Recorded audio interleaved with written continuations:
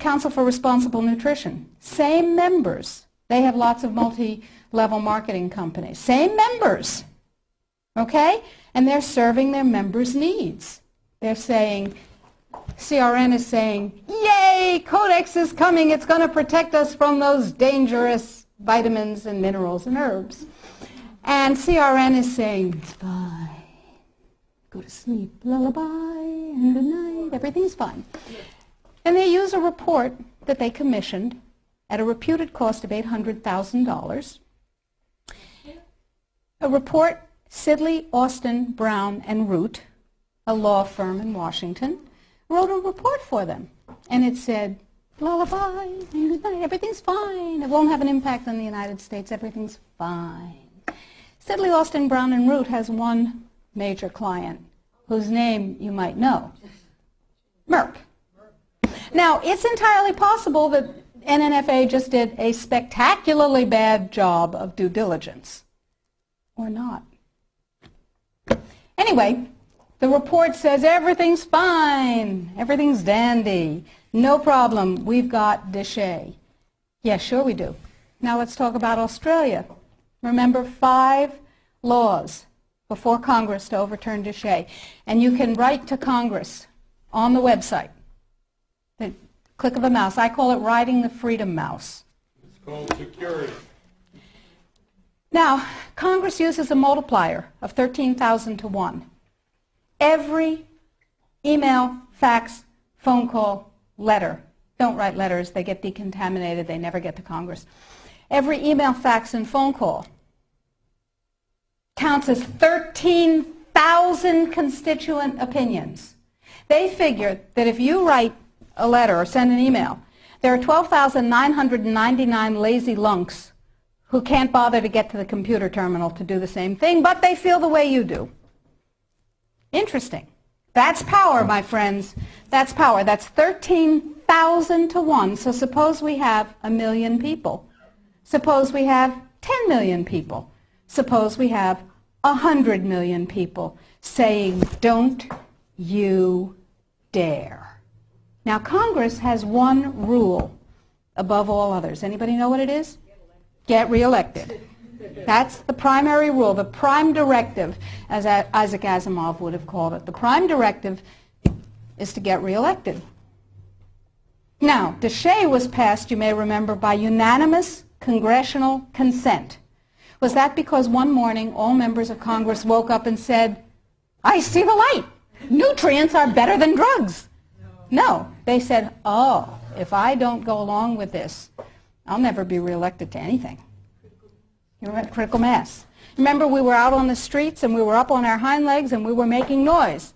And we were rallying and we were writing letters and we said, don't you dare take away my health freedom. Remember? And we won. Except we got fat, dumb, and lazy and stopped protecting ourselves. So now we're in the same place again. Except it's all food instead of just nutrients. So that's point number 1. Use the freedom mouse. Ride the freedom mouse. We made it as easy as possible on the site. Sign up for the emails. I will never sell your information to anyone, I promise. I will never rent it. I will never share it. You'll only get email from me. And we need you to know what's going on. So I'll send you email blasts. I'll send you things that you can do. Or not. You know, it's your choice.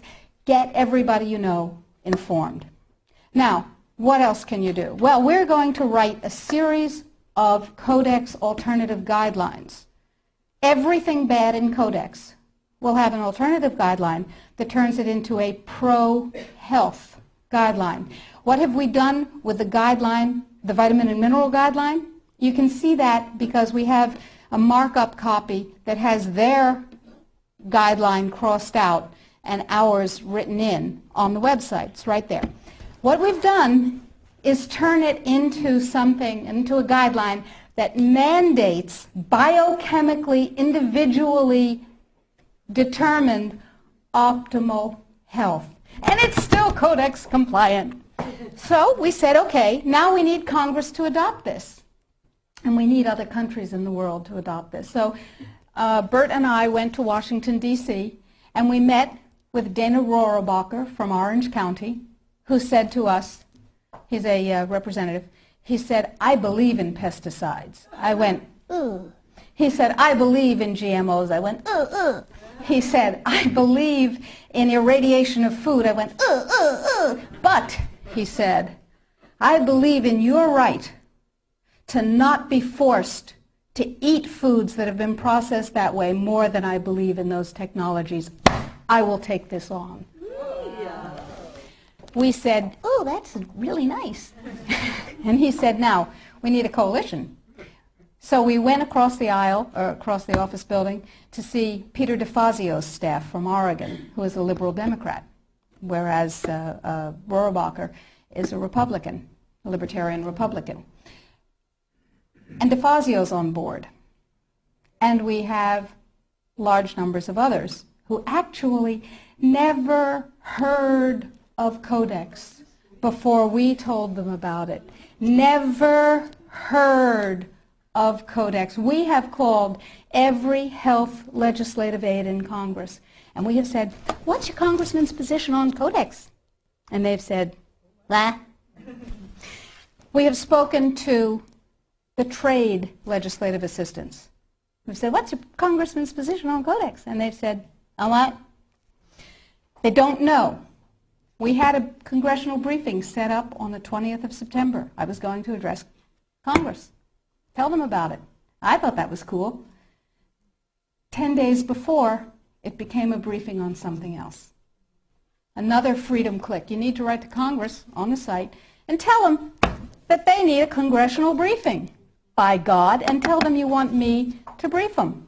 They don't know. They've never heard of it any more than the general public has heard of it. Gee, how'd that happen? Who knows? Every negative part of Codex can be overturned by a guideline, a regulation, or a standard that is positive.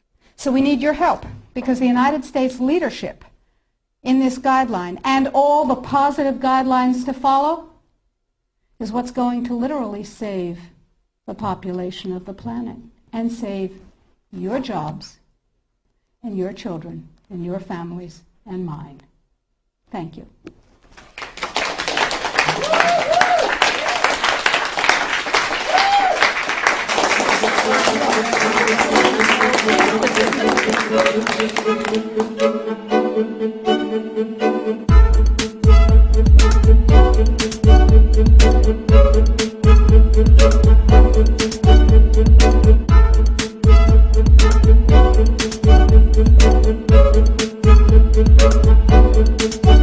Thank you.